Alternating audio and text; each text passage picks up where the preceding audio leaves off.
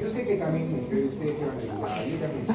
Yo tengo Mi propio es sacar como un premio a la puntualidad de ustedes. ¿Ya? ¿Qué más? Esta semana, ¿qué van a hacer de prácticas? ¿Ya hay que practicar? Esta semana van a hacer y hoy. Ay, no. Hoy hacemos también lo que es y hoy. Y hoy día también vamos a alcanzar el festival. De todo este semestre, toda esta fase, va a ser la primera vez que vamos a estar de acorde con la práctica. Porque se inició con un poco de un poco capaz en desarrollo que la intención justamente que podamos de una manera iniciar el conocimiento en la parte de lo que es glucosa, ¿no? Como el corticoides. Entonces, ahora iniciamos con tiroides. ¿Tiroides es similar? Cuando hablamos de la parte de lo que es la glándula tiroides, justo ha venido hoy día un caso bien interesante. ¿Qué pasó? Y me ha dado pena, ¿no? Y yo encontré una persona que estaba en ventilación mecánica intubada, y yo, ¿qué pasó con el señor? Dice que le habían operado de un bocio y que le habían hecho una tiroidectomía radical, pues, no sé si era bocio o era cáncer, no me acuerdo, pero bueno, le han operado. Y que la mandaron a su casa y que después ha empezado a tener, ¿qué ha pasado? No investigo más, me voy a traer para hacer en clase bien el caso. Pero la cosa es de que estaba hospitalizada y comenzó a tener tetania, todos esos signos de lo que es una hipocalcemia. Pero nadie se dio cuenta de la hipocalcemia. ¿Cuándo se dieron cuenta de la hipocalcemia? Cuando la guardia hace parada cardíaca. Hace parada cardíaca, le sacan un agan de estos litros, ¿no? Y el calcio en el suelo. Pues. La han tenido que desfibrilar, ha hecho dorsales ponis también. Y al final, la señora ya está prácticamente, no sé cuántos ciclos le han hecho de RCP, pero ya está probablemente con la hipocalcemia. Entonces, ahí viene la importancia justamente tanto de la glándula tiroides con la paratiroides. Entonces, ustedes de acá, como les he comentado, van a ser muchos cirujanos cuellos, cirujanos endocrinólogos, inclusive también van a ver acá seguramente un médico nuclear, tiene que ver justamente lo que son los isótopos para poder dar tratamiento a estas células. Entonces tengan mucho cuidado con la glándula tiroides, ¿no? Y la paratiroides. Nos puede matar. La otra vez, por ejemplo, también, en un caso, no me acuerdo, vino una señora que tenía una estenosis de la vía aérea. ¿Qué quiere decir? En la parte supraglótica, tenían que estudiar anatomía, se comprenderá, y la parte supraglótica estaba con papilomas. Entonces estaba sometida constantemente a cirugía y a cirugía para retirar los papilomas porque generaba una estenosis a nivel supraglótico. Entonces, una de esas no acudió a su cita, ¿qué será exactamente? La cosa es que vino con una insuficiencia respiratoria, o sea, prácticamente con una obstrucción de vía aérea. ¿Se acuerdan cuando hemos dicho obstrucción de vía aérea? Había la baja y la alta, una obstrucción de vía aérea alta. Entonces, como yo no podía respirar, porque vino con el CO2 prácticamente en 150, el médico le hace una traqueostomía en emergencia. Pero este médico no encontraba la tráquea. Como no encontraba la tráquea, se desesperó, buscó como sea capicorto y buscó como sea, y lesionó la glándula tiroides. Y como la ha lesionado, como la ha tocado y le ha hecho prácticamente corte, la manoseó en términos sencillos, después de la traqueostomía que le hizo una hipertensión, hizo todo lo que es una tiroidocitosis, similar a una tormenta tiroidea. Entonces, tocar a esta glándula tiroides le puede llevar a la muerte. Tanto ya sea cuando tengamos un episodio de hipertiroidismo, que vamos a ver ahora, o como el hipotiroidismo. Entonces, ahora, por ejemplo, ¿dónde se evidencia también estos casos? No el hipotiroidismo, lo que es el hipotiroidismo congénito. ¿Han escuchado ese término? Seguramente sí, ya me leí. Entonces, anteriormente cuando nacían en la chacra, con lo que estamos acá celebrando ahorita, Día de Arequipa, ¿no? Esas personas que vivían antes acá se iban a los hospitales. No, todo era su parto natural, ¿no? Parto normal, con la comadrona, ¿no? Y ahí hacían vivir, ¿no? La supervivencia del más fuerte, ¿no? ¿Cuántos de ellos hayan tenido problemas con hipotiroidismo congénito? Y ahí viene lo que es el famoso término cretinismo, que ya casi no sigue el nuevo beneficio, en lo que es el nuevo gaito, ya no se habla mucho de cretinismo, no se habla de un hipotiroidismo congénito. Y al final termina en condiciones neurológicas severas, ¿no? O sea, ya con problemas de déficit de desarrollo neurológico. Entonces, la glándula tiroides es muy fundamental.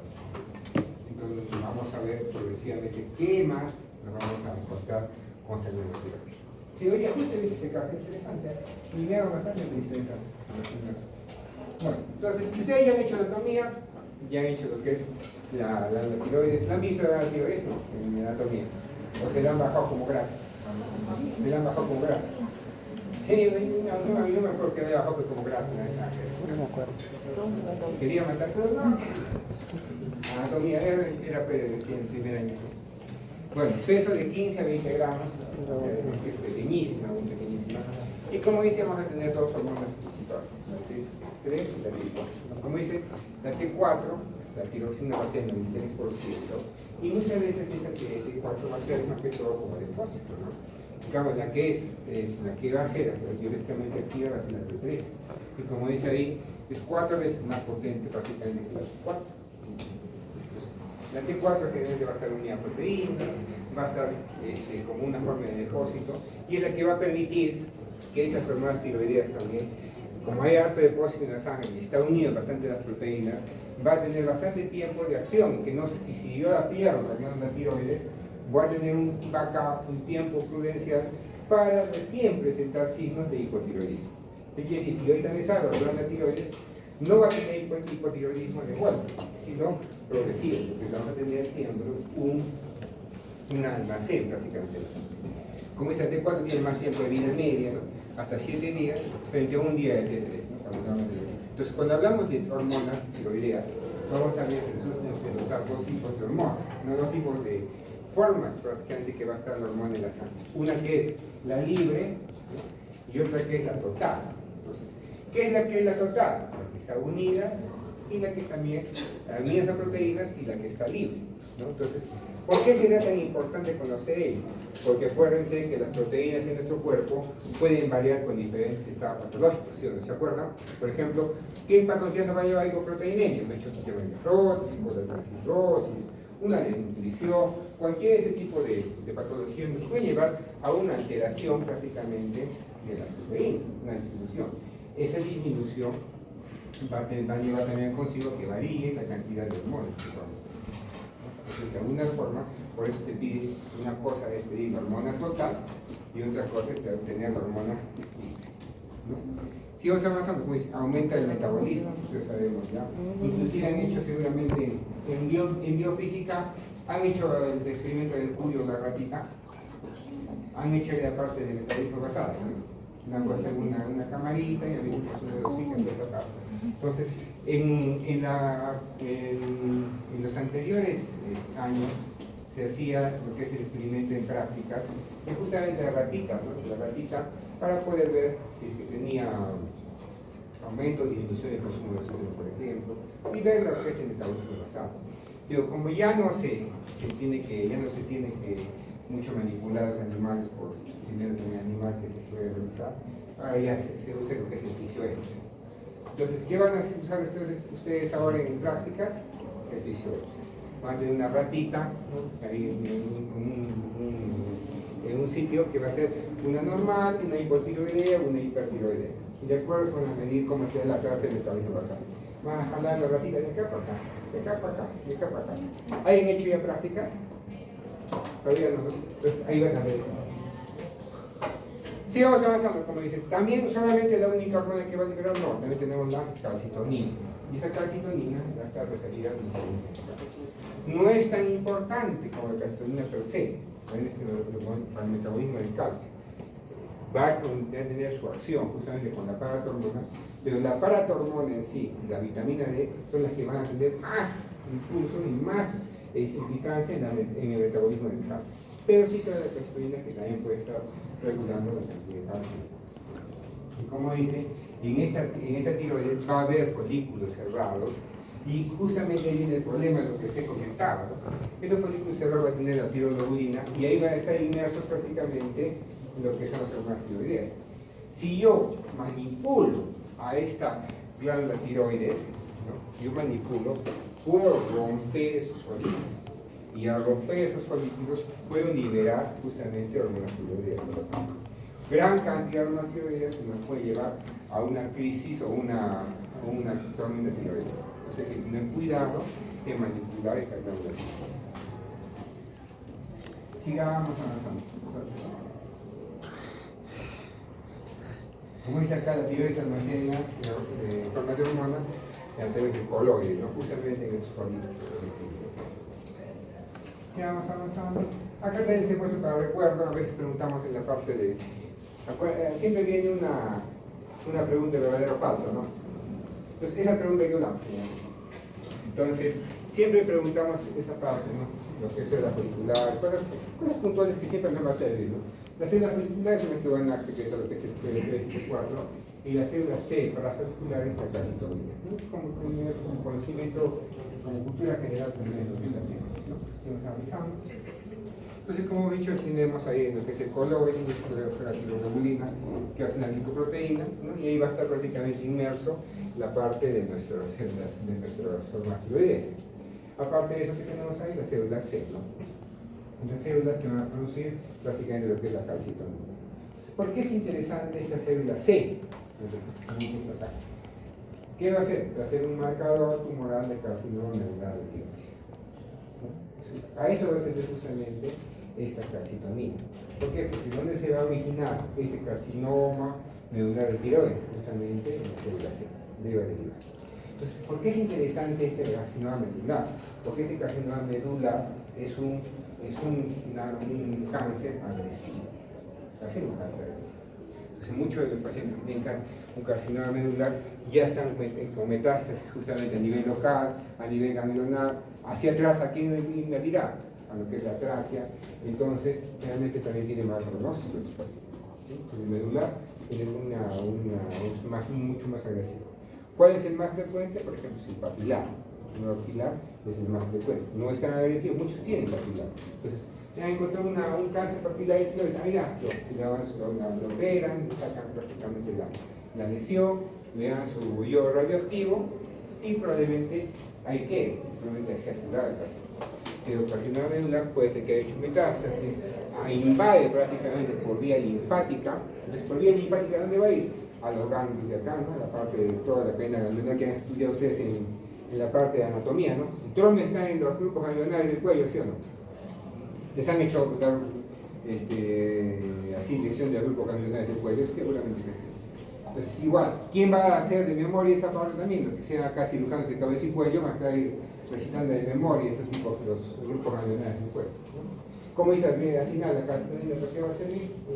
Disminuye, cuando disminuye lo que es el espacio plasmático, entonces principalmente al inhibir la resorción ósea. Porque recibe la resorción ósea, entonces ya no hay prácticamente salida de calcio hacia el sangre, ¿no? Esa va a ser la acción de la calcitonina. Como hemos visto, no es tan prioritario.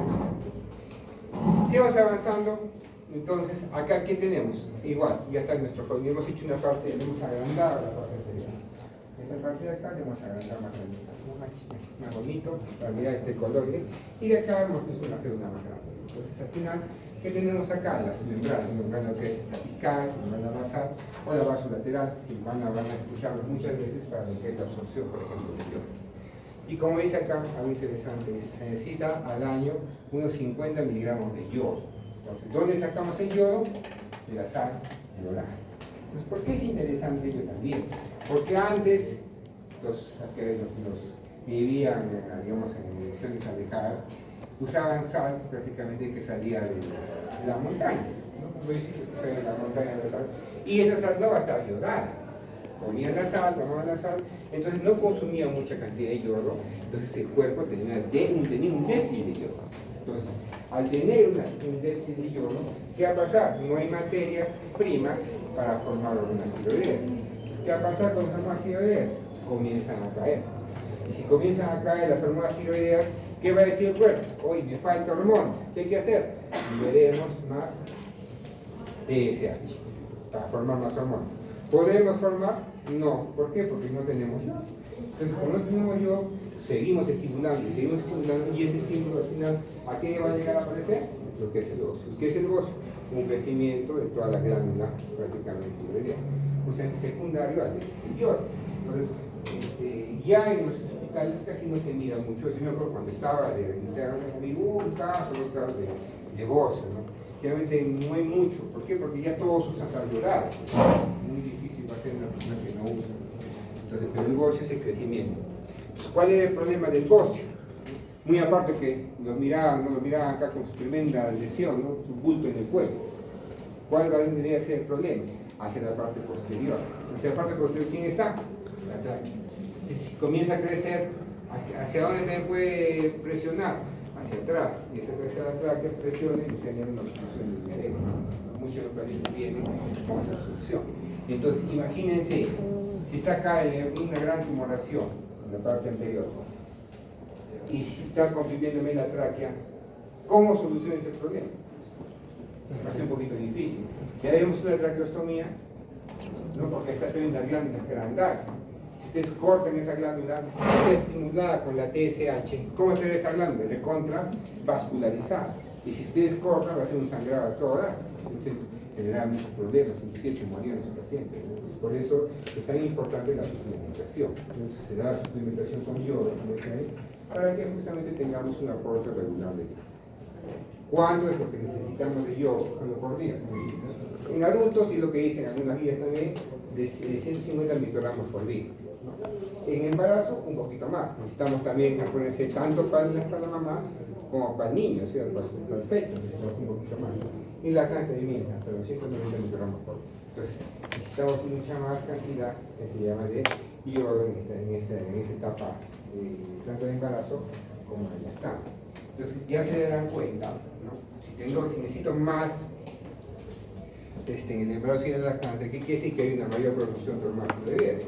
Y si hay una mayor producción de hormonas tiroideas, ¿qué quiere decir? Que tenemos que acá tengo un poquito más de TSH, que está funcionando. Tengo más TSH, ¿quién está funcionando más? Hipófisis. Entonces ya se dan cuenta también por qué en el embarazo crece la hipófisis, ¿no? Va a tener una mayor importancia, y después cuando hay una hemorragia, todo este tipo de problemas, ¿no? Seguimos avanzando, igual en este gráfico nos habla, ¿no?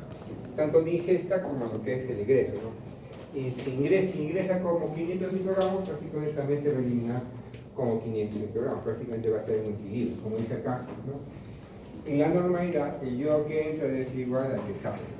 La tiroides lo capta, lo recicla y de eso se elimina principalmente por orina, donde va a salir. Viene acá, lo va a captar la tiroides y también obviamente va a eliminar una cantidad prácticamente que no la va a utilizar para hacer lo que es el líquido extracelular, y también con 80 microgramos va a estar convertido prácticamente en hormonas tiroides. Entonces al final tenemos un equilibrio entre lo que lo producimos, ¿no? Lo que ingresa y lo que se va a producir, lo que se va a hacer. Bueno, ingresa 500 y sale 500. Tiene que venir. Y entonces acá ya pasamos nuestra célula tiroidea. Entonces, esto de acá siempre preguntan en los exámenes. Ya no pueden los exámenes de ingreso a la residencia, internado, siempre preguntan, ¿no? Entonces, ¿por qué? Porque es muy importante y al final también nos va a ayudar al tratamiento que tienen que recibir estos pacientes cuando tenemos un episodio de hipertiroidismo. Cuando tenemos un hipertiroidismo, ¿qué tenemos que hacer? Frenar justamente la producción de hormonas tiroideas, ¿no? Entonces, para frenar, ¿dónde puedo frenar? Acá puedo frenar. ¿Dónde puedo frenar? Acá puedo frenar, acá puedo frenar, acá puedo frenar, ¿no? Inclusive, ¿no? Entonces, pero ¿qué pasa cuando es un hipotiroidismo? ¿Qué pasa en el hipotiroidismo? No hay hormonas tiroideas. Entonces, ¿qué le daré al paciente? Simplemente hormonas tiroideas. ¿Qué hormona tiroidea conoce? La levotiroxina. Entonces, levotiroxina ya está. ¿De cuánto viene la levotiroxina? De 100 microgramos. Microgramos, estamos hablando de microgramos, todo es chiquitito, ¿no? Entonces, fácil, ¿no? En hipotiroidismo le doy levotiroxina. En hipertiroidismo es el problema. y yo tengo que bloquear justamente en algún lugar, en todo ese tipo, en toda esta parte que va a formar algunas tiroideas, para poder de alguna otra forma apaciguar todos los síntomas que me puede generar el exceso de hormona tiroides.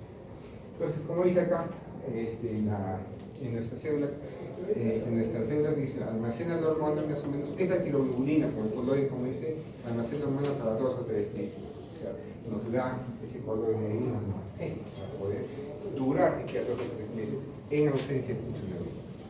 Entonces, eso es importante. ¿Por qué? Porque es una de las pocas, o prácticamente la única, ¿no? Glándula que va prácticamente a acumular en los folículos en las hormonas tiroideas. Y como hemos visto, sirve también de almacén, de depósito. Entonces, si yo no tengo prácticamente formación de hormonas tiroideas, puedo tener que hasta 2 o 3 meses para poder de alguna manera sobrevivir sin la generación normal de esas hormonas. Entonces, acá tenemos, primero que vamos a tener la bomba de sobrepotación TPasa. Entonces, ¿qué va a generar la bomba de sobrepotación TPasa? Un gradiente prácticamente, ¿no? Un gradiente. Más sodio afuera, más potasio acá adentro. Gracias a eso, ¿qué vamos a tener? Una fuerza prácticamente. El sodio siempre va a querer ingresar. A través de ese sodio que quiere ingresar, ¿a quién va a jalar? Al yodo. Ingresa el yodo, y como dice, esta bomba este transporte va a concentrar prácticamente el yodo de 30 a 250 veces. O sea, gran cantidad de yodo que se va a concentrar en esa célula. Ahora, ¿por qué es interesante conocer esto? Porque como yo iba a concentrar el yodo, cualquier yodo que pueda haber en el cuerpo, rápidamente lo va a querer ingresar a la célula. Entonces, ese concepto hay que tenerlo claro. ¿Por qué? Porque algunas sustancias que nosotros vamos a poner al paciente también tienen yodo. Entonces, ¿qué sustancia que hemos ya comentado tiene yodo? Que hemos dicho, doctor Carlos, lo comentamos. Desde antes, ¿no?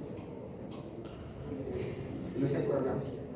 Cuando uno hizo la tomografía, ¿qué decíamos? Con contraste, sin contraste, ¿se acuerdan? ¿Y el contraste qué? El contraste tiene yodo. Entonces, el contraste va a tener yodo. Entonces, cuando ustedes hagan una tomografía con contraste, estamos administrando yodo también al paciente. ¿Pero qué me sirve eso? Sí sirve. ¿Por qué? Porque si yo le doy yodo, ya voy a comer yodo tranquila, feliz y contenta, ¿sí o no? ¿Me servirá alguna vez que esta célula tenga hambre de yodo para dar un tratamiento? ¿Ustedes qué dicen? ¿Me servirá que alguna vez esta célula tiroidea tenga hambre de comer yodo para que yo le dé un yodo especial y haga un efecto terapéutico? Sí. ¿Cuándo? Cuando esta célula sea cáncer. Si esta célula es cáncer, igual va a consumir yodo, pues le gusta el yodo, ¿sí o no? Entonces, ¿qué pasa si yo le dejo de dar yodo a este paciente? ¿Qué va a pasar con esta célula? Las células neoplásicas van a tener hambre de yodo, ¿sí o no? Entonces, ¿pero para qué me sirve eso? Después que el paciente, que la célula tiene hambre de yodo, ¿qué le voy a dar? Yodo. ¿Pero qué yodo le voy a dar? Un yodo radioactivo. Entonces, ¿qué va a pasar?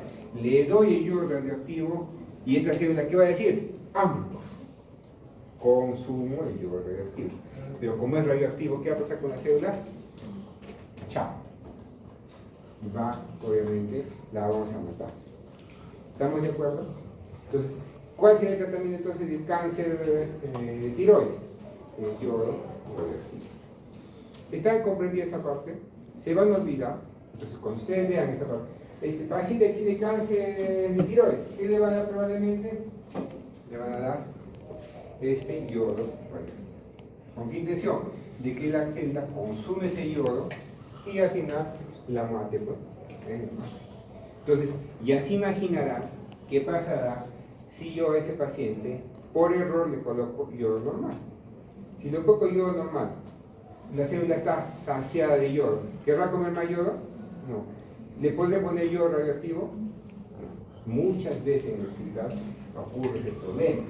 Entonces viene un paciente oncológico, ¿qué hemos hecho para ver mejor los tumores que le tengo que poner al paciente? Contraste, ¿sí o no? Viene con cáncer de tiroides, ya está. Hay que ver cómo está la progresión de la enfermedad. Tomografía con contraste. se cayó la cosita. Hay que poner información con ¿qué le pongo? Yodo. Y después los endocrinólogos o los médicos nucleares reniegan, ¿no? ¿Cómo le has puesto yodo? ¿Cómo le has puesto contraste? Ahora la cédula, ahora la persona está con full yodo y ya no puede recibir yodo. ¿Cuánto tiempo? Generalmente 6 meses. No puede recibir yodo radioactivo. Y en 6 meses, ¿qué va a pasar con la célula neoplásica? Puede avanzar. Entonces, hay que tener mucho cuidado. ¿Estamos de acuerdo? Porque es interesante esta parte de la concentración. Bueno, el yodo viene, se va a pasar justamente para atrás de la pendina hacia la parte del coloide. Y ahí tenemos la acción justamente de lo que es la peroxidasa. Entonces, si han visto, la peroxidasa tiene 1, 2, 3 acciones generalmente en el sistema. Primera acción, va a ser la oxidación, o puede ser peróxido de hidrógeno. Entonces, al final, ¿qué vamos a tener? El yodo se va a convertir, se va a oxidar prácticamente, y al final, una vez que el yodo 2 oxidado, nos va a llevar justamente a través, junto con la tiroglobulina, para la formación de lo que es la organificación. Comienza a organificarse. Entonces, primero que tenemos la oxidación, para que pueda ser usado ese yodo, y después que tenemos la organificación. Va a comenzar prácticamente a organizar. Es lo que vamos a ver posteriormente de las moléculas de la tiroglobulina junto con el yodo. Al final, después de la organificación que tenemos, prácticamente es acoplando. ¿Y qué quiere decir? Que ya vamos a comenzar a formar, per se, lo que es las hormonas tiroides, ¿no? De acuerdo a esta relación, como viste acá, ¿no? Una monoyodo, una diyodo, la T3, ¿no? Igual. Y yodo más diyodo, la tiroxina, el 4. 2 más 2, 4. 1 más 2, 3. Y como cambia la forma, la dirección, prácticamente, cuando es 2 más 1, ¿no? Al final tenemos también 3, pero ya lo que va a ser la forma reversa, ¿no? Esta es la forma reversa, la T3 reversa, no tiene una acción biológica importante. Inclusive nos dicen que tiene una acción, nula acción hormonal, otros dicen que puede tener una pequeña acción hormonal, pero lo que importa es que no es relevante esta hormona, la T3 reversa. Lo importante es cuál es la T3 y la T4. Entonces, en todos estos puntos, ¿quién va a actuar? La peroxidasa, ¿no? La peroxidasa tiroidea. Que también algunos lo ponen como TPO, ¿no? La TPO, que es la peroxidasa tiroidea. Entonces, como dice acá, para fabricar la hormona tiroidea, el tirocito, el necesito 3 elementos fundamentales. ¿Qué es lo que necesitamos? El yoduro, el yodo. ¿Qué más necesitamos? La tiroglobulina, que va a estar acá, la tiroglobulina. Y por último, ¿qué necesitamos para esos 3 pasos? La peroxidasa tiroidea de la TPO. Entonces, ahí viene una parte. ¿Cómo yo puedo bloquear la formación de las hormonas tiroideas? ¿Dónde será más seguro atacar? Acá esta parte, pues. Si yo obstruyo la peroxidasa tiroidea, por ejemplo, no hay oxidación, no hay unificación, no hay acoplamiento, entonces no va a haber formación de hormonas tiroideas. Generalmente es un blanco, ¿no? Entonces, como dice ahí, el metimazol y el diamazol con el propiltiuracilo, ¿qué van a hacer? Inhibir a esta peroxidasa. Y si yo inhibo esta peroxidasa, ¿qué va a pasar? No se va a dar no se va a hacer la ramificación, no se va a dar acoplamiento, entonces no voy a tener hormonas tiroideas. Entonces, este fármaco se usa, el diamazol, por ejemplo, se usa bastante cuando el paciente tiene hipertiroidismo. ¿Está claro? ¿Se van a olvidar? ¿Cuál es lo más importante entonces de toda esta parte para que funcione bien? El yoduro que ingrese, que hay una buena cantidad de yoduro, que funcione bien la peroxidasa, ¿no? Y que haya una buena cantidad de tiroglobulina para que pueda hacer la función. Una vez que se ha dado, ya tenemos acá gran cantidad de tiroglobulina acoplada, ingresa justamente nuevamente a la célula por estímulo de la TSH, y acá obviamente van a disgregar con las proteasas, y al final vamos a tener la secreción de las hormonas tiroideas, el 64. Las otras que no nos van a servir van a ir un proceso de deyodación, y al final, ¿qué tenemos? Un proceso de reciclaje. No se va a perder prácticamente lo que es el yodo, se va a un proceso de reciclaje. Por un lado, formamos hormonas tiroideas y por otro lado nos vamos a reciclar. Entonces, de acá sí o sí viene una pregunta del examen. No está difícil, ¿no? Lo importante es comprenderlo y más que todo ver blancos, ¿no? Justamente terapéuticos, que vamos a hacerlo más adelante. Sigamos avanzando. Igualito tenemos acá la fórmula de ahora, acuérdense que nosotros somos fisiología, no somos bioquímica, ¿no? Entonces, esto es referenciar lo que podamos ir viendo, ¿no? Entonces, acá en lo que es en el Gaiton de la 14ª edición, había un error. ¿Se han visto el error donde estaba? En la parte de acá. Han visto que había un error ahí. Ahí decía T3, ¿no? Yo lo cambié, entonces, ya he visto que en la inicial ya está corregido. Ahí decía que se llama T3, ¿no? T4, la tiroxina, ¿no? Pues igualito acá tenemos, ¿no? Lo mismo que hemos visto, ¿no? Entre la proteína y el yodo viene por acá, tenemos lo que es la oxidación, la organificación, el acoplamiento, ingresa prácticamente la hidroglobulina con toda la yodo van a ingresar prácticamente al centro. Nuevamente ahí las proteasas van a prácticamente cortar los pedacitos de las hormonas tiroideas y se va a dar prácticamente la secreción. ¿Cuánto se va a secretar? Como está acá. Como T4, 93%, como T3, 97%. Y si vemos acá, que está interesante, ahí es lo que se va a secretar, no se debe secretar acá. ¿Cuánto se va a secretar de T4? Como dice, 80 microgramos por litro. De T3, 4 microgramos por litro. De T reversa, 2 microgramos por litro. Y acá les he puesto una parte que también dice en el libro, no sé si no leí. Se genera unos 35 microgramos de T3 diarios. Pero acá 35 microgramos de T3 diarios. ¿Y cuánto se suelta de la glándula bota? 4. ¿No? ¿Y dónde sale después que se llaman los 35? Porque acuérdense que también va a haber una transformación de lo que es el T4 en T3. ¿Dónde? En los tejidos periféricos. Por eso dice que el 87% viene de la conversión de T4 a T3 en tejidos periféricos. Entonces acuérdense que el T4 que venía a ser es una forma de almacén, de depósito. Entonces en los tejidos periféricos va a haber una transformación y al final, en global, en conjunto, ¿cuánto se va a producir de T3? 35 microgramos. Pero ¿cuánto hace solamente la glándula? Solamente 4 microgramos. ¿De dónde viene el resto? De la transformación de T4 en T3. Entonces, si es una gran cantidad de hormonas que se va a producir en la transformación de T4 a T3, entonces ya se darán cuenta que también ese punto, la conversión, es otro blanco terapéutico para tratar hipertiroidismo. Porque si yo bloqueo prácticamente esta conversión de T4 a T3, ¿qué va a pasar? Solamente ¿cuánto me queda? Solamente me queda 4 microgramos. Y la T4 no va a ser biológicamente activa, ¿no? Y usamos más que todo vitamina A. Sigamos avanzando. ¿Por qué les digo eso? Porque después vamos a mirar los fármacos, ¿no? Vamos avanzando. Y después viene lo que es el transporte de T3 y T4. Entonces, cuando hablamos del transporte, vamos a mirar nuevamente aquí, como ya hemos comentado, la hormona tiroidea va a estar unida en gran medida a lo que son las proteínas. Como dice acá, más del 99%, 99% de lo que dice Gaiton, 99.5% de lo que dice Ford, no recuerdo exactamente bien, pero es más del 99% de unión a las proteínas. ¿Qué quiere decir? Que hay menos de 1% que va a estar libre. Entonces, ahí vienen los dos puntos importantes que tenemos que mirar. Una parte es la hormona total y otra parte es la hormona libre, ¿no? Entonces, cuando nosotros queremos hacer diagnósticos, digamos, de hipotiroidismo, hipertiroidismo, ¿qué le pedimos, total o la libre? Normalmente va a ser la libre, porque la libre es lo que va a hacer prácticamente acción. Entonces, ¿qué proteínas tenemos acá? La globulina neumófica, la tiroxina, la prealbúmina o la albúmina.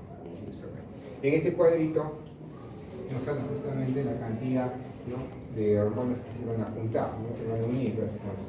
El 67% de T4 se va a unir prácticamente a la unidad transportadora de tiroxina. El 20% a la transtiroxina, la prealbúmina, o la albúmina solamente un 13%, la hormona del T4. Y la T3, ¿a dónde se une más? Prácticamente también a la albúmina. ¿Y se acuerdan para qué servía la albúmina? Cuando teníamos, ¿para qué servía la albúmina? es una de las más abundantes en el cuerpo. ¿Sí? ¿Y para qué servía? ¿Por qué teníamos que tener un buen adecuado nivel de albúmina? Porque nos genera la presión oncótica, ¿sí? La presión oncótica. Entonces, un paciente que esté desnutrido, un paciente que esté cirrótico, un paciente que esté con síndrome nefrótico, ¿cómo estará la albúmina? Va a estar baja. Y está baja frecuentemente, bueno, y va a afectar de alguna otra forma cómo va a ser la unión prácticamente de estas hormonas tiroideas a estas proteínas, ¿no? Como dice acá, ¿no? Alteraciones de las proteínas transportadoras modifican las concentraciones de las hormonas tiroideas total, ¿no? Sin necesariamente alterar la fracción libre. Entonces, ¿qué quiere decir esto? ¿No? El cuerpo es sabio, ¿no? Entonces, ¿qué quiere decir? Pues bien, primero, normalmente digamos tenemos como 10 de hormona tiroidea. Entonces, como es 10 de hormona tiroidea, 9 se unen a la proteína y 1 se queda libre. ¿Estamos de acuerdo? Pero ¿qué pasa si yo tengo un paciente con cirrosis? ¿Qué va a pasar con las proteínas? Van a bajar. Y si bajan, ya no se van a unir mucho a las proteínas. Entonces, ¿qué quiere decir? ¿Cuánto tendré de hormona unida a proteína? Ya no serán 9. ¿Para cuánto será? Digamos 5. Digamos 4. ¿Y cuánto de hormona libre tengo que tener siempre para poder vivir? 1. Entonces, en el primer caso, el paciente que estaba normal, ¿cuánto tenía de hormona total? 10. Distribuido en 9 y 1. Y en el segundo caso, que yo estoy que sea enfermo con cirrosis, ¿cuánto tengo de hormona total? 6. ¿Distribuido en qué? En 5 y 1. Entonces, ahí viene el problema, ahí viene lo que estamos comentando. Hormona libre. ¿Cuánto tenemos en ambos casos? 1. Pues con eso puedo vivir normal. Hormona total. ¿Cuánto tengo en el primer caso? 10. En el segundo caso, ¿cuánto tengo? 6. ¿Se han dado cuenta para qué sirve dosar hormona total y hormona libre? Entonces, viene la pregunta. Para ver yo si el paciente tiene hipotiroidismo o hipertiroidismo, ¿qué me conviene dosar? ¿Hormona total o hormona libre? La libre. Porque la libre es la que va a actuar. La total está como depósito, ¿no? Está como depósito. Si yo tengo acá 1 en el paciente normal y 1 en el paciente cirrótico, ¿en alguno de los casos va a haber hipotiroidismo, hipertiroidismo? No. ¿Por qué? Porque al final con 1 va a vivir bien. Pero ¿qué pasa si en el paciente normal, en el paciente normal tengo como 1 y en el paciente cirrótico tengo 2? ¿Qué quiere decir? Que acá tengo más cantidad de hormona tiroidea. Si tengo más cantidad de hormona tiroidea, probablemente tenga un hipertiroidismo. ¿Está claro? Entonces, para eso, ¿qué vamos a usar para medir, para poder dar diagnóstico de estos ejes? Lo que es las hormonas libres, ¿no? Cuando quiero yo total, es para mirar justamente en trastornos justamente metabólicos, digamos la parte de cirrosis, nefrótico, problemas en las proteínas. Espero que esté clara esa parte, ¿no? Sí, vamos a ver, como dice acá, algunos medicamentos también como las fenitoínas, salicilatos, ¿no? Y la hipoproteinemia también pueden afectar esta unión. ¿Qué quiere decir? ¿Para qué sirve la fenitoína, por ejemplo? ¿Han escuchado la fenitoína? Fenitoína. Vamos a estudiar en cuando hagamos neuro. ¿Para qué sirve la fenitoína? Es un antiepiléptico. Salicilatos, ¿no? La aspirina, por ejemplo, la aspirina, ¿sabes? ¿No? Estados de hipoproteinemia. Entonces, cualquier estado de hipoproteinemia, como síndrome afectan esto. Bueno, entonces, cuando ustedes estén con un paciente con hipotiroidismo, hipertiroidismo, hay que tener cuidado que darle, por ejemplo, fenitoína. Porque si le damos, puede alterar esta unión y podemos tener problemas en estos puntos. ¿Quién va a hacer esto bastante? Tiene que estudiar bastante, lo que es el endocrinólogo o también el médico internista, ¿no? Entonces, ¿descansito ahí? ¿O está más haciendo? Está más. Entonces, ¿qué más dice? Funciones fisiológicas de la más tiroides. Hemos hablado cómo se fabrican, cómo se transportan. Sí o sí va a venir una pregunta de transporte. Entonces, ¿cómo se transporta? Mayormente unidas a proteínas. Como dice acá, el 90% de la hormona que actúa en los receptores de los tejidos es la T3. ¿Qué quiere decir? Utilizamos acá la T3 para que pueda actuar, ¿no? Y bueno, acá tenemos, ¿no? Ahí no, acá tenemos otro que podemos ver. ¿Qué quiere decir? Que nosotros necesitamos justamente la T3 para que pueda actuar esta vacuna. Pues igualito, lo que tenemos en la parte exterior, T3, tenemos T4, ¿sí? Pero T4, ¿qué va a pasar? ¿Va a funcionar como T4? No. Tiene que transformarse en qué? Una vez que recién está con T3, recién vamos a ir al receptor de la hormona tiroidea, ¿no? Entonces, después es fundamental esa transformación de T4 en T3. Una vez que ya se transformó, una vez que ya prácticamente ingresó, ¿no? Ya estamos en el núcleo, va a comenzar justamente toda la respuesta, generalmente la transcripción genética y al final síntesis de proteínas. Al final, ¿para qué va a ser? Para lo que es el crecimiento, para que es el desarrollo del sistema nervioso. Entonces, mucho que acá, fundamental, ¿dónde va a ser? En los niñitos, ¿no? En los niñitos. ¿Qué le va a generar ahí, por ejemplo? Que es el cretinismo, que hemos dicho, ¿no? Y en los adultos, por ejemplo, si no hay hormona tiroidea, ¿cómo se volvería entonces el paciente? Lento, letárgico, decaído, ¿no? En los abuelitos, por ejemplo, así pasa, ¿no? Está con demencia, no, muchas veces probablemente es que tenga un hipotiroidismo. A nivel cardiovascular, ¿qué tal a nivel cardiovascular? Mayor gasto cardíaco. ¿Por qué se da cuál es la fórmula de gasto cardíaco? Frecuencia cardíaca por. Entonces, ¿cómo yo gano gasto cardíaco? Por mayor frecuencia o por mayor volumen sistólico. Entonces, ¿qué va a pasar acá? Esto va a venir acá, tiene una interesante acá. Mayor frecuencia cardíaca. Si yo tengo mayor frecuencia cardíaca, ¿qué voy a tener? Mayor gasto cardíaco, ¿no? ¿Y por qué tienen más frecuencia cardíaca? Porque ellos van a ser estimulantes de la parte simpática, ¿no? Van a tener bastante síndrome simpático, justamente. Entonces, por eso ellos, los pacientes que tengan, por ejemplo, un hipertiroidismo, ¿cómo va a estar generalmente? El paciente va a estar radicárdico o taquicárdico. Taquicárdico, va a estar taquicárdico. Como dice acá, mayor fuerza de contracción del corazón. Pues si hay taquicardia sin mayor fuerza, pues tenemos inclusive una hipotensión. Entonces, pacientes que tengan una crisis, una tormenta tiroidea, ¿cómo van a aparecer? Con taquicardia y con hipertensión arterial, mayor gasto cardíaco, mayor consumo de oxígeno. Si necesitamos mayor consumo de oxígeno, tenemos que tener mayor frecuencia respiratoria. A nivel metabolismo va a haber mayor cantidad de mitocondrias, mayor acción de lo que es la bomba de sodio y potasio, mayor acción de glucosa, lipólisis, todo ¿para qué? Para prepararnos ¿para qué? Para poder enfrentarnos a una noxa, ¿no? Por eso es importante, para poder, en estado de estrés, es importante que las hormonas tiroideas estén adecuadas. Si un paciente que esté con hipotiroidismo, que no hay una buena cantidad de hormonas tiroideas, prácticamente se va a apagar. Si no hay hormona tiroidea, hay menos cantidad de mitocondrias, menos acción de la bomba de sodio, hay menos acción de glucosa, un poco se apaga y lo puede llevar a la muerte, ¿no? Como dice, el exceso marcado de la hormona tiroidea puede, como dice, aumentar el metabolismo basal de un 60 a un 100%. Cuando comenzaba a aumentar ese metabolismo basal, imagina, nos puede llevar a la muerte. Entonces, un grupo de ustedes responder actualmente tiroidea, creo, ¿no? ¿O no responder así?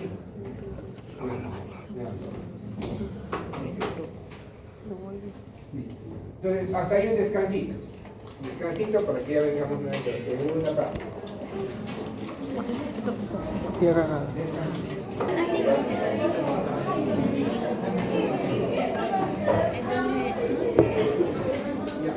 Ya esto se todo, ya. ¿Qué tal está bien? Yo, como siempre, miro de todos, pues están antes estaban todos con el embrión, están todos conmigo. Paso y están conmigo, ¿qué tal? ¿Ya están sembrando? ¿Ya han sembrado su boca? A un compañero, le cuento un cuento, pues. A un compañero le hacen el hisopado y sale una cepa resistente. Ya, su enamorada está preocupada. Bueno, ahora sí continuemos. Como dice, efectos fisiológicos de las hormonas tiroideas. Entonces, estos efectos fisiológicos son interesantes, ¿no? Lo que va a hacer la hormonatiroidea, más aún cuando el paciente está en estado patológico. Entonces, ¿cuál a mí me lleva a más cuidado? El hipertiroidismo, más aún si estamos en un hipertiroidismo agudo, ¿no? Porque van a mirar en el corazón, cronotrópico e inotrópico positivo. ¿Qué es cronotrópico? Que va a tener más frecuencia. Inotrópico, más fuerza y más frecuencia. Y si yo tengo más fuerza y más frecuencia, puede llevar a la hipertensión, puede llevar a la taquicardia. Tejido adiposo catabólico, hipólisis estimulada. Acuérdense, hipólisis, vamos a destruir prácticamente los ácidos grasos. Si destruimos ácidos grasos, lo que va a llevar es que, ¿qué va a pasar con la persona? ¿Va a ser gordita o va a ser flaquita? Se llama hipólisis. Va a destruir los ácidos grasos, entonces se agua de flaco. Por eso que dice que el paciente con hipertiroidismo, ¿cómo va a estar? Va a estar flaquito, bien flaquito, no tembloroso, ¿no? Irritable, todo eso pasa. Músculo catabólico, aumento del deterioro proteico. ¿Qué quiere decir? Vamos a perder prácticamente el músculo. Porque acuérdense que la parte de la hormonatiroidea, de alguna otra forma, como dice, van a aumentar la distribución, el consumo de proteínas para volver en energía. Y si tenemos un estado de hipertiroidismo, vamos a consumir más grasa, vamos a consumir más lípidos, entonces al final la persona que bebe recontra flaquita. En el hueso se promueve el desarrollo normal crecimiento del esquelético. A nivel nervioso, en el desarrollo, promueve el normal desarrollo del cerebro. De lo que nos comentaba, ¿no? El creatinismo, ¿no? El hipotiroidismo congénito va a tener problemas de deterioro neurológico severo. Por esa razón que en el Perú se hace siempre el tamizaje neonatal, justamente para descartar este tipo de enfermedades. En el intestino metabólico, mayor producción de absorción de carbohidratos. Y no solamente eso, sino también va a generar tránsito intestinal, va a generar que el intestino pueda avanzar con mucho más frecuencia. Si yo tengo un paciente que tiene un hipotiroidismo, ¿qué va a pasar? No va a avanzar rápidamente la comida. Y si no avanza rápidamente la comida, ¿qué va a pasar? Va a comenzar a tener, por ejemplo, estreñimiento. Y si el paciente tiene hipertiroidismo, ¿qué va a pasar con el tránsito intestinal? Va a aumentar. ¿Qué puede tener el paciente? Diarreas.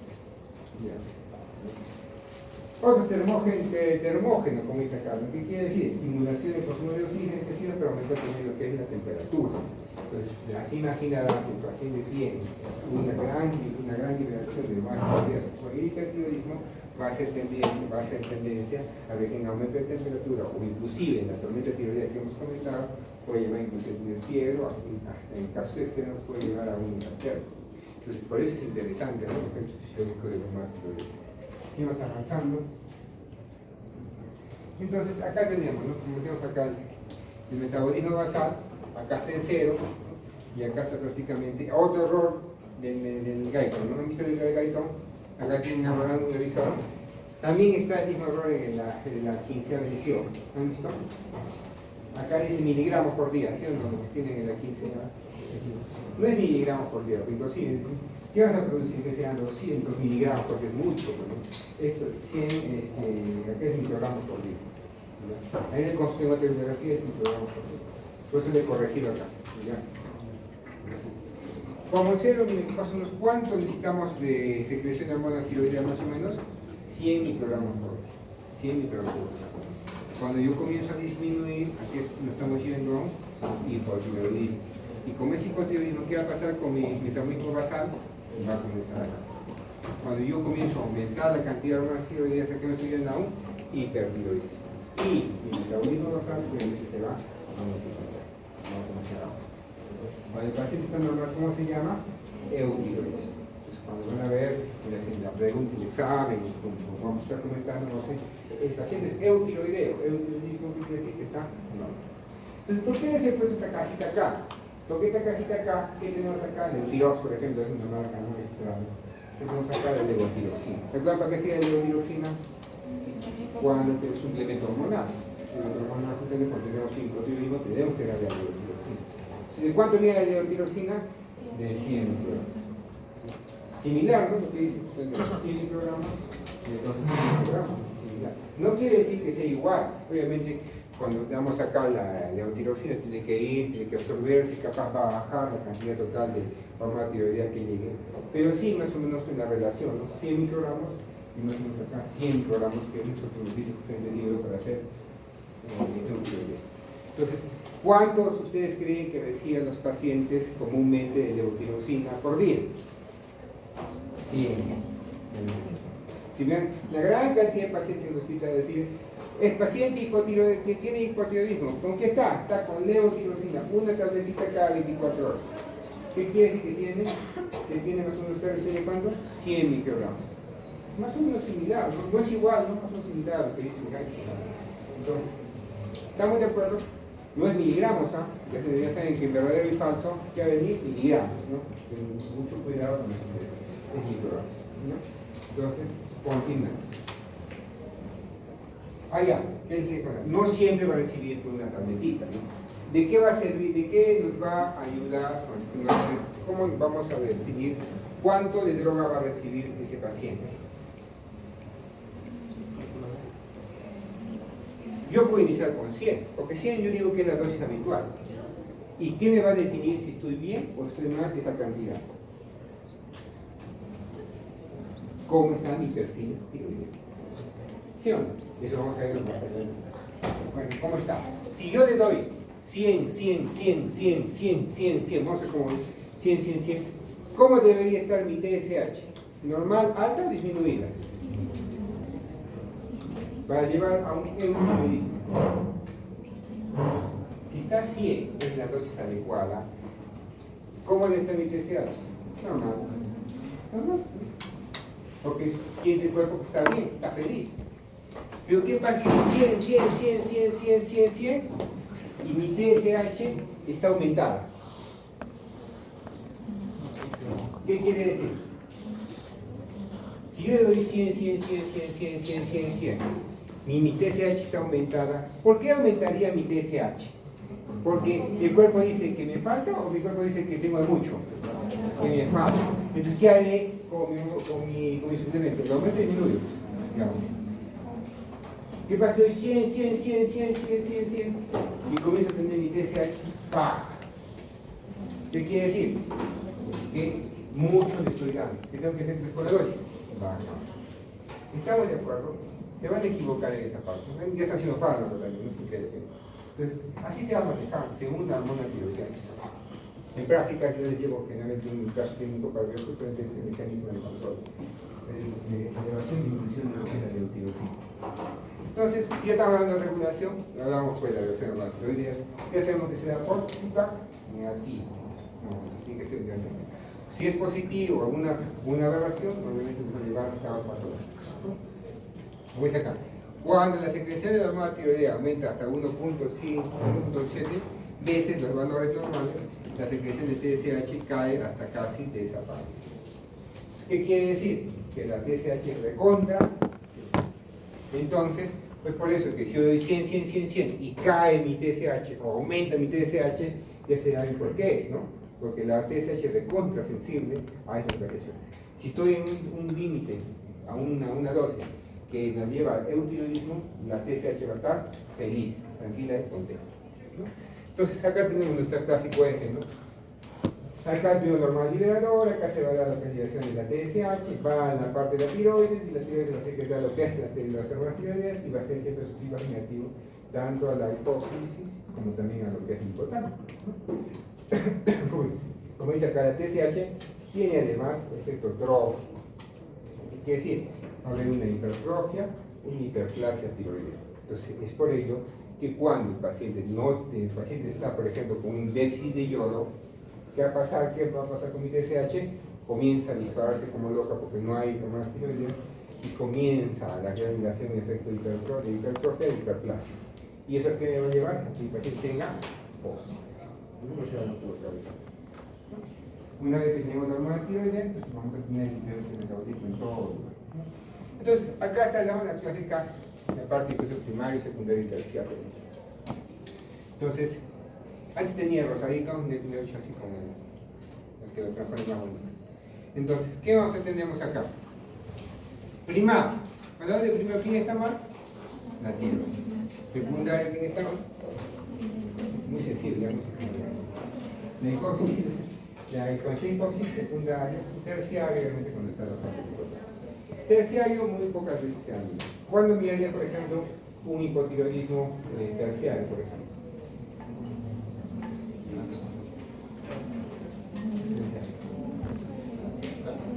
Una muerte cerebral, ¿qué os parece? Muerte cerebral, se va. Una hemorragia intracerebral masiva también se va. Una lesión, una activación que puede ser terciaria. No puede. No es común, pues, ¿no? Casi todos van a tener opción de común. Pero que sí es común que tenga, por ejemplo, una lesión a nivel o menos producción a nivel, por ejemplo, corporal. Que se llama pedida hipoficial. Y obviamente mucho más común cuando tenemos una lesión, una alteración, una patología a nivel de ¿no? Entonces, acuérdense siempre, cuando está la parte de la tiroides mal, tenemos primario, secundario con el hipófisis, tercero cuando está la parte del importante. Ahí regresamos a ver que todavía no se han aplicado. Ahorita regresamos. Andemos de hipotiroides. Seguimos avanzando. Entonces, si ya hemos visto acá, en la parte anterior, ¿qué necesitamos para definir hipotiroidismo y hipertiroidismo? TSH. ¿Y qué más tenemos? Las formas de T3 como ECO. Entonces, si hablamos de la pura reproducción tiroidea, ¿qué necesitamos entonces? TSH, T4, como dice acá, T3, y acá le he puesto algo interesante, LIB. Para que yo pueda hacer diagnóstico de hipertiroidismo, hipotiroidismo, ¿qué necesitaría? TSH y T4, LIB. Realmente es una TSH y T4, LIB. ¿También puedo pedir T3? Sí. ¿También puedo pedir la total? Sí. Acuérdense que la total, ¿por qué variaba la total? Por la cantidad de proteínas. En cambio, la libre es la que va a generar justamente el efecto sistémico, ¿no? Entonces, ¿para qué va a servir eso? Definir si el problema es primario, secundario o central. Para eso sirve la TSH. Primario con el tiroides, secundario, central, lo que claro, eso está fácil, ¿no? No hay más. Después ahí tenemos una serie de pruebas que se van a utilizar justamente cuando hay una alteración de nuestra glándula. Por ejemplo, acá. Anticuerpos antitiroides. Anti-TPO, que es antiperoxidasa. ¿Se acuerdan de la peroxidasa para qué servía? Para la oxidación, para la ratificación, para el acoplamiento, toda esa parte, ¿no? Entonces, bien, hay anticuerpos antitiroideos. ¿Qué quiere decir? Que ya estamos frente a una enfermedad autoinmune. Entonces, por ejemplo, ahí tenemos ¿quién? La enfermedad de Hashimoto. Que es una de las principales etiologías, ¿no? Que nos puede llevar a un hipotiroidismo. ¿Por qué hipotiroidismo? Porque si yo voy a destruir a esta parte de las peroxidasas, yo de tal manera voy a destruir progresivamente a la glándula, no lo conviene. Entonces, al final de cuentas, tenemos ahí la enfermedad de Hashimoto que nos va a llevar a un hipotiroidismo. Antitiroglobulina, entonces también tendré esa parte, la enfermedad de Hashimoto. Entonces, si yo, miren, si tengo una enfermedad de Hashimoto, y es prácticamente autoinmune, y me puede llevar al hipotiroidismo, ¿por qué? Porque tengo autoanticuerpos. ¿Qué pasa con la glándula tiroides? ¿Qué hemos dicho primeramente de la glándula tiroides? Pues que va a tener folículos, que va a tener coroides, que almacena prácticamente gran cantidad de hormonas tiroideas ahí, es un almacén. ¿Qué pasa si yo comienzo a destruir? ¿Qué va a pasar inicialmente con mi glándula? Va a secretar más esos colores. Y entonces, es por eso que se dice que en las fases iniciales de la enfermedad de Hashimoto, si yo destruyo, ¿qué va a liberar? Hormonas tiroideas. Por eso dice, en la parte inicial de la enfermedad de Hashimoto puedo tener un periodo de hipertiroidismo. Pero después lo destruí, ¿y en qué queda? En hipotiroidismo. ¿Estamos de acuerdo? Fácil, fácil. Otro, anticuerpos contra el receptor de la TSH o los como dicen, la inmunoglobulina estimulante de tiroides, lo mismo que se parece a lo que es la TSH. ¿A qué va a llevar? A la enfermedad de Graves. ¿Qué quiere decir? Que comenzamos a autoestimular a la célula para producir mayor cantidad de hormonas tiroides. También como anticuerpos, entonces tendría que también un tipo de enfermedad autoinmune, que va a autoestimular, ¿no? ¿Qué más podemos utilizar? Lo que es, antes de esto debería subir para arriba, creo, sería mucho más interesante el ecografía. Si yo, que sea, ya pienso que el paciente tiene un hipotiroidismo, un hipertiroidismo, ¿qué hay que hacer inmediatamente? Mirar a la glándula, ¿cómo está? ¿Cómo miro a la glándula rápidamente? Con una ecografía. una ecografía. ¿Y esa ecografía qué vamos a hacer? Esa ecografía. ¿Para qué va a ser ecografía? Para ver ya cómo está pues, nuestra glándula, ¿no? Si hay una alteración, si hay un nódulo, si hay un folículo, que hay un quiste, ¿qué hay? ¿No? Entonces, nos ayuda bastante. ¿Qué pasa si encuentran un nódulo ahí? Y el paciente tiene un hipertiroidismo. Puede ser que ese nódulo esté produciendo hormonas tiroideas. Pues por eso dice ahí. Entonces, primero se saca un primero acá y ecografía. Para ver, primera línea para evaluación de estructura de la tiroides y los nódulos. Una vez que yo ya he visto si tienen nódulos, puedo usar que se llama lo que es la gamografía. ¿Para qué sirve la gamografía? Por ejemplo, la gamografía puede ser utilizando un yodo radioactivo, el 123 o el 131, son dos diferentes. El 123, como dice, para ver actividad glandular, ¿no? Ver nódulos si es frío o caliente. ¿Qué quiere decir que sea nódulo caliente? Que produzca hormonas tiroideas. ¿Qué quiere decir que sea un nódulo frío? Que no produzca más tiroides. ¿Y por qué dice nódulo caliente? Va a ver actividad glandular. Porque si ese nódulo comienza a producir más hormonas tiroideas, ¿qué quiere decir? Que necesita más materia prima para producir esas hormonas tiroideas, ¿cierto? Entonces va a capturar más este yodo radioactivo. Entonces, ¿qué va a hacer la gamografía? Yo le pongo el yodo radioactivo, la glándula, ese nódulo que comienza a producir gran cantidad de hormonas tiroideas porque es hiperproductor, va a capturar este yodo radioactivo con mayor captación y al momento de poderlo yo mirar,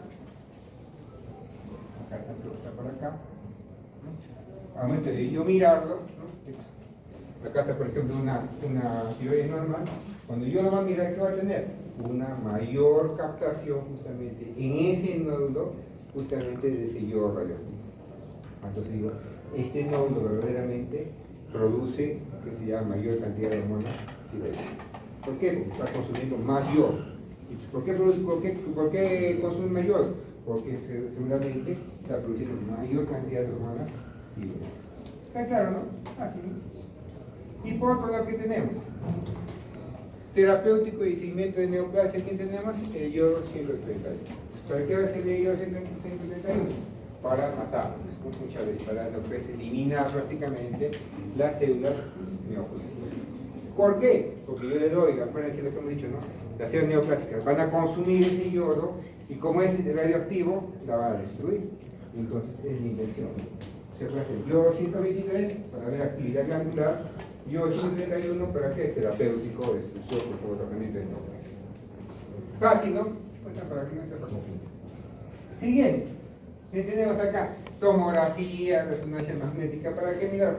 Si hay una tumoración, lesión, cantidad de progresión, extensión, de la lesión. Y otro interesante, ¿cuál es?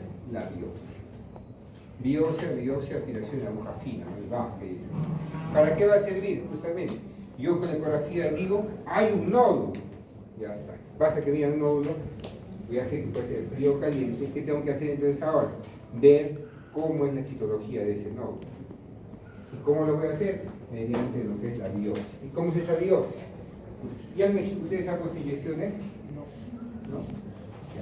Y hoy, con una agujita, con una jeringuita, a través de la ecografía, hincan justamente la parte del nódulo, la agujilla ecográfica, y lo pulsan 1, 2, 3, 4, 5 veces con el émbolo presión negativa, o sea, con succión.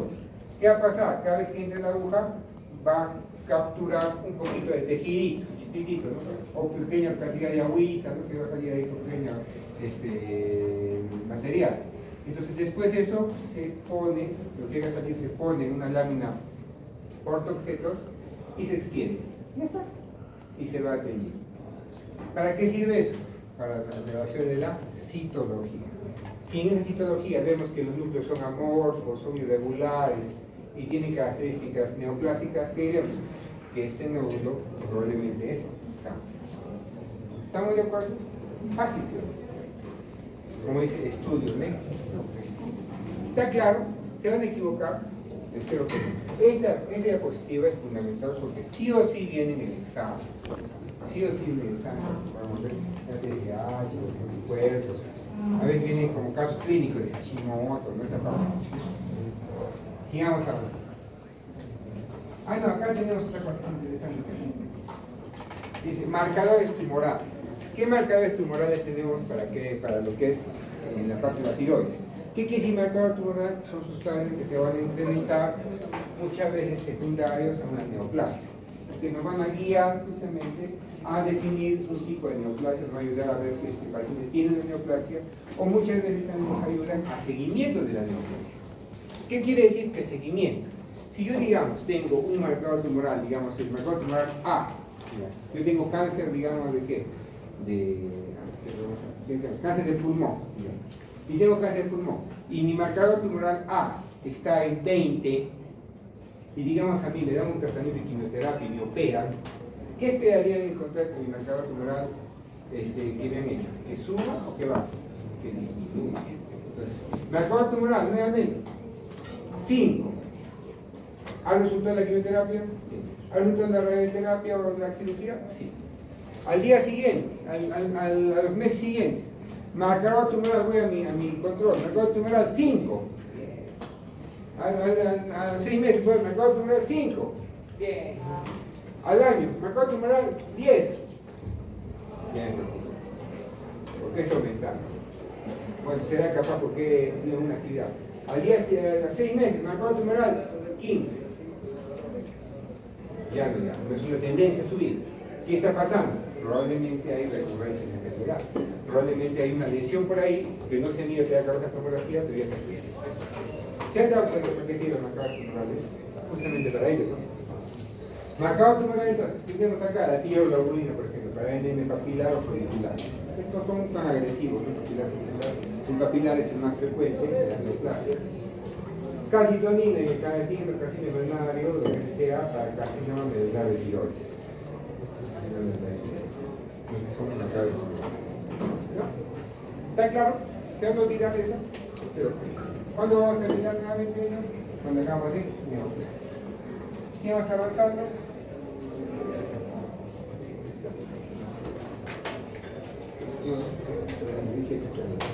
Dice acá, manifestación del estado hipotiroideo y hipertiroideo, ¿no? Hipotiroidismo y hipertiroidismo. Entonces, esta tablita, ¿cuándo la revisamos? Al final. ¿Por qué? Porque va a ser un resumen de las dos cosas que vamos a ver. Tanto hipotiroidismo como hipertiroidismo. Entonces, comenzamos con la primera parte. Hipertiroidismo. Hipertiroidismo. Generalmente, ¿qué va a dar? Un aumento de la glándula de 2 a 3 veces su volumen, o por una secreción que aumenta de 5 a 15 veces la secreción de las más tiroideas. ¿Quién es la más común? La enfermedad de Graves, ¿no? La enfermedad de Graves. Pues más común son víctimas autoinmunitarias. ¿Por qué se da esta enfermedad de Graves generalmente? Porque hay anticuerpos contra el receptor de la TSH, autoanticuerpos que al final, ¿qué van a hacer? Estímulo y estímulo y estímulo. ¿Qué van a tener? Una estimulación sostenida, ¿no? ¿Y quién va a estimular sostenidamente? Las hemoglobinas que quiero estimular, la TSH, que hemos visto anteriormente, para ver ustedes. Se van a producir esos anticuerpos y van a estimular y estimular y estimular, autoestimular a esta glándula. Que al final, ¿qué va a tener? Mayor producción de hormonas tiroideas. Entonces, si yo tengo mayor cantidad de hormonas tiroideas, ¿qué tendré? Un hipertiroidismo primario, secundario. ¿Quién está mal? La glándula. Si está mal la glándula, ¿qué tendré? Aumento de las hormonas tiroideas y por ende, por feedback, ¿qué va a pasar con mi TSH? ¿Va a estar? Entonces, un hipertiroidismo primario. Otro que viene a decir, adenoma tóxico. ¿Qué quiere decir? Que ha crecido una tumoración a nivel de la glándula que es productora de hormonas tiroideas. Y como es productora de hormonas tiroideas, si le hago una gamografía, ¿qué va a captar? El yodo. Y si capta el yodo, ¿qué voy a decir que es? Es un nódulo caliente, porque va a capturar. Bocio multinodular tóxico, ¿qué quiere decir?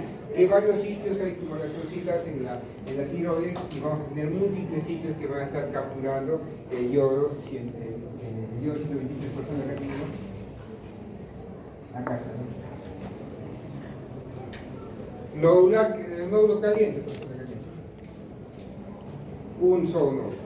Bocio multinodular, un nódulo, otro nódulo, otro nódulo, otro Enfermedad de Graves, ¿qué hemos dicho? Que toda la glándula prácticamente está estimulada. Entonces, si la normal captura como esto, la enfermedad de Graves mucho más captura. ¿Por qué? Porque todo está capturando más. ¿Por qué? Porque toda la glándula está siendo autoestimulada. ¿Para qué? Para que produzca más, ¿no? Por lo que sí, como hemos dicho acá, hipertiroidismo, pues aumento de síntesis y secreción de la hormona de la glándula tiroidea. Y hay otro término interesante que se llama la tirotoxicosis. Cuando hablamos de tirotoxicosis, cuando tenemos un síndrome clínico por exceso de hormona tiroidea. Tirotoxicosis es un síndrome que se llama una confusión de taquicardia, hipertensión, sudoración, temblor. Entonces, síntomas de hipertiroidismo. Síntomas y signos. ¿Qué va a tener síntomas? Nerviosismo, hipersudoración, que se llama sudán, intolerancia al calor, no pueden estar que sean alimentos calientes. Palpitaciones. ¿Por qué se dan palpitaciones? Por ejemplo, la frecuencia cardíaca. Debilidad muscular. ¿Por qué tenemos debilidad muscular? Porque parece que en la hormona tiroidea general justamente destrucción, prácticamente un consumo de las proteínas, pérdida de peso, toda una liposis generalizada. Aumento de deposiciones.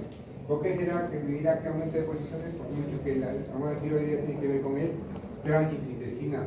Si tengo mucha hormona tiroidea, ¿qué va a pasar? Mayor tránsito intestinal. Si hay mayor tránsito intestinal, ¿qué tendré? Diarreas.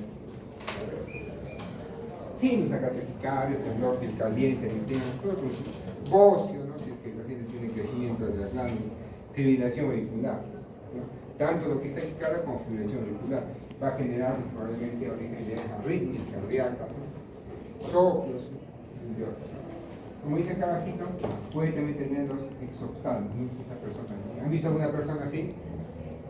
Con los ojos saltones. Igualito, lo que les comento. No hay, bueno, sí he visto yo una vez una persona, pero yo le dije que era, pero no, perdí la apuesta. Me acuerdo que hay que hacer la toma de no era, pues yo pensé que dijo, eso se imagina, no era, ¿no?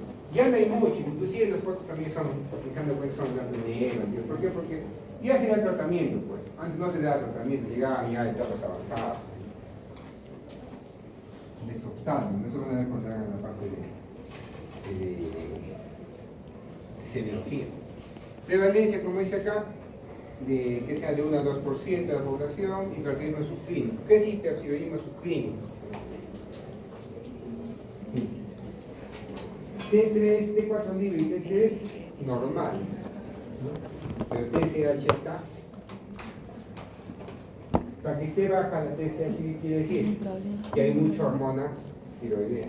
Pero está normal, pues se llama subclínico. Recién va a empezar a dar, recién se va a convertir en algo clínico. Recién ya está diciendo el cuerpo esta cantidad de hormonas que ya están en el cuerpo, según el laboratorio, están normales para mí y es alto.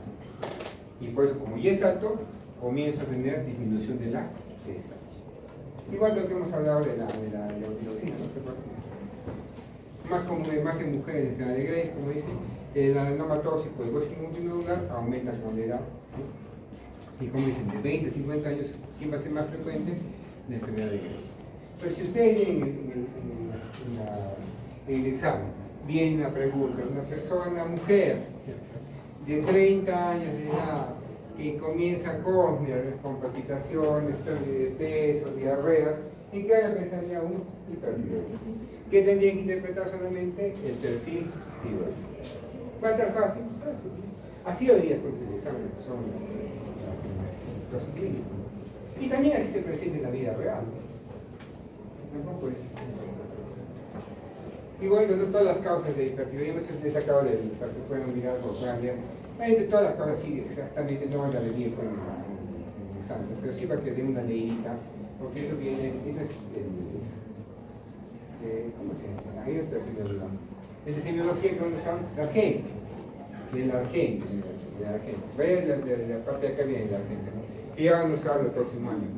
Ustedes ven, tenemos acá, hipertiroidismo con captación normal o alta de radioiodo, etcétera de Graves, ¿no? Bocio multinodular tóxico, adenoma tóxico que hemos visto, ¿no? Entonces, al final tenemos este cuadrito, ¿no? Que nos va a servir para la diferenciación. Primero que tenemos hipertiroidismo primario. No sé si tengo otro más grande.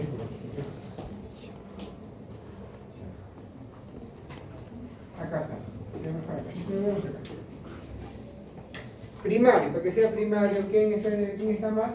La glándula. Por cada vez tenemos 4 total, no, total y líder va a estar elevado, elevado de 3 y 4. ¿Y quién va a estar bajo? La TSH. Hipertiroidismo subclínico. Va a estar normal, pero normal ¿para quién? Para nuestro laboratorio. Pero para el paciente, no, para el paciente probablemente va a estar alto. Y como está alto, ¿quién puede hacer su respuesta? TSH. ¿Qué más tenemos acá? Hipertiroidismo secundario. ¿Qué quiere decir secundario? ¿De dónde va a ser el problema? A nivel del hipófisis. Entonces, ¿cómo va a estar el TSH? Elevado y por ende elevado. ¿Estamos de acuerdo? ¿Qué es lo más común y lo más frecuente que está viendo? Si vamos a ver por otro lado.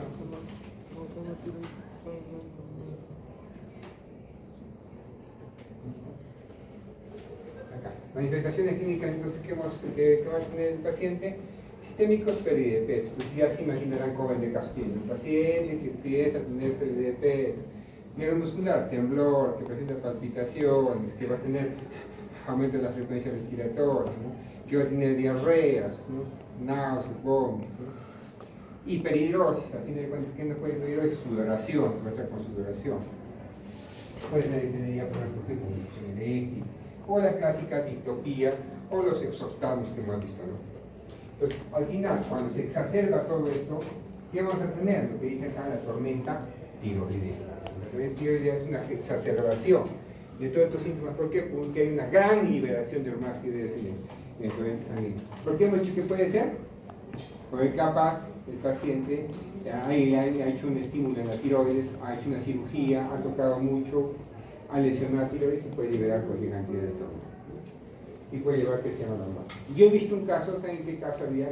Similar al tormento tiroideo, que el paciente se quería suicidar. Y el paciente, ¿qué creen que se tomó? No se tomó ni se tomó levotiroxina. Así imaginarán que también igualito pasó, un pico prácticamente de todas estas cosas. De verdad, las personas que cuando quieren que sea tintes suicidas, de todo se toman, ¿no? Todo. Van a mirar en el hospital. Hasta un niñito, ¿cuántos años era? ¿Cómo se llama? De 10 años tenía más o menos en Lima. Era papá, era hijo de un médico, por eso tengan cuidado. Y el médico era pediatra. Y el papá llevaba full cantidad de paracetamol, cositas, porque eran de muestras médicas. Y el chiquito con su rabia, recibió todas las botellitas de paracetamol. Y la intoxicación por paracetamol. Por eso cuando tengan sus hijitos, tengan cuidado. Nosotros vamos a recibir bastantes muestras médicas.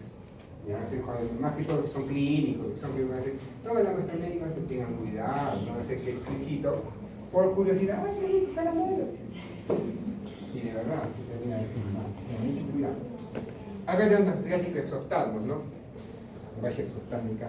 Entonces, no es muy común verlo ahora, no es muy común. Ya así, hipertiroidismo marcado, así completo. Difícilmente vamos a mirarlo ya pero sí, los clásicos temblores, ¿no?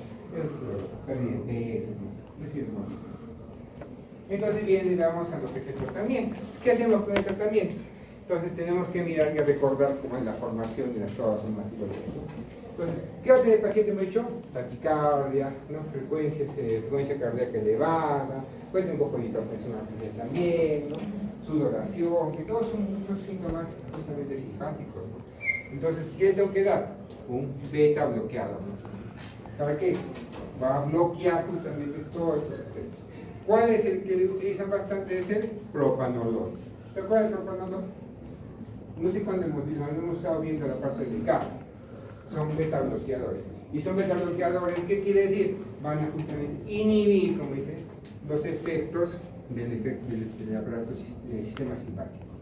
O sea, si el paciente tiene taquicardia, va a contrarrestar el taquicardia, ¿no? Entonces, ¿por qué es importante esto? Porque con una taquicardia, con un aumento de la presión arterial, se puede morir ese paciente. Imagínense que llega con una taquicardia de 150 y no lo paramos. Puede llegar a más inclusive. Entonces podemos usar también la betalol, que es otro beta-bloqueador, ¿no? Beta-propanolol, atenolol, bitoxolol, ¿no? La betalol, lol. Entonces ellos son que sean beta-bloqueadores, ¿no? Nos van a ayudar, uno más que otro obviamente, eso van a ser más en fármacos, pero nos va a ayudar a bloquear la respuesta. Acuérdense que lo primero es, si el paciente está con full cantidad de síntomas, es bloquear, ¿no? Primero, control sintomático. ¿Con qué le voy a dar? Un beta-bloqueador. Después de eso, ¿qué dice? Disminuir la síntesis. Yo voy a disminuir la síntesis. ¿Cómo disminuir la síntesis? A ver, vamos a ir por acá. Vamos a pasar esto.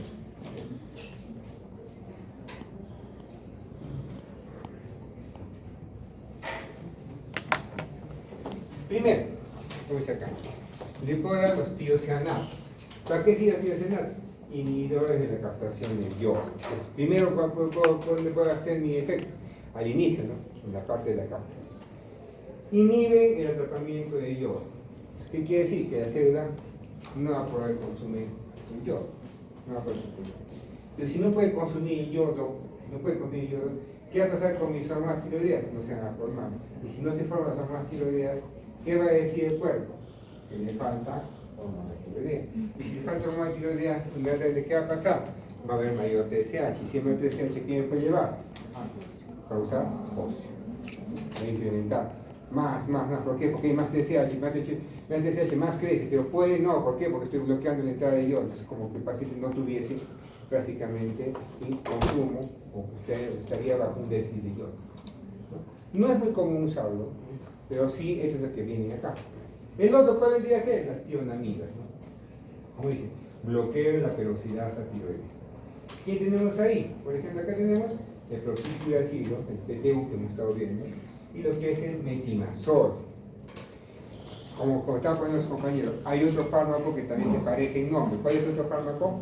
La antalgina. La antalgina, ¿cómo se llama? Metamizol. No son cosas diferentes. Una cosa es para la fiebre y otra cosa es una tiroidea. Entonces, metimazol, ¿no? Con metimazol es justamente lo que va a bloquear la población tiroidea. Y el metamizol es justamente para la fiebre, o antipirético, o analgésico, que usan en el hospital. Entonces, cuando van al hospital les ponen metamizol. Metamizol. Es más, creo que en el hospital no lo dan paracetamol, sino metamizol. Entonces, se confunden siempre, ¿no? Es más, varias veces en las evoluciones de los médicos, de mis residentes, ponen ahí, bueno, metamizol. ¿Cuál metamizol? Es metimazol. Ah, sí. Tengan cuidado, ¿ya? Entonces, metimazol. ¿Qué va a hacer? ¿Qué no va a haber entonces? Si bloqueo la peroxidasa tiroidea, ¿qué no va a haber? No va a haber oxidación, no va a haber calificación, no va a haber acoplamiento. Al final no se forma T3 y T4.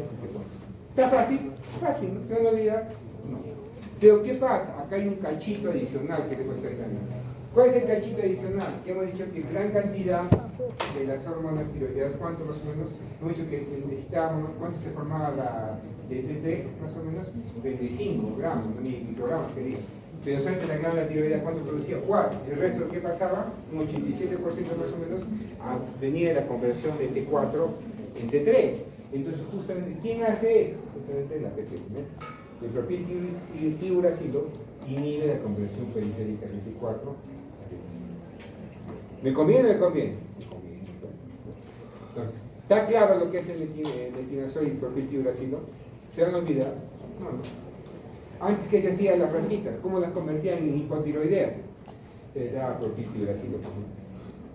Se convertían en hipotiroideas. Y por otro lado son los ioduros. ¿Qué van a hacer los ioduros? Disminuye la actividad y el tamaño glandular. Bloquea, como dice acá, la liberación, ¿no? ¿Qué quiere decir? Al final va a haber un exceso prácticamente de yodo, un exceso de yodo. Por exceso de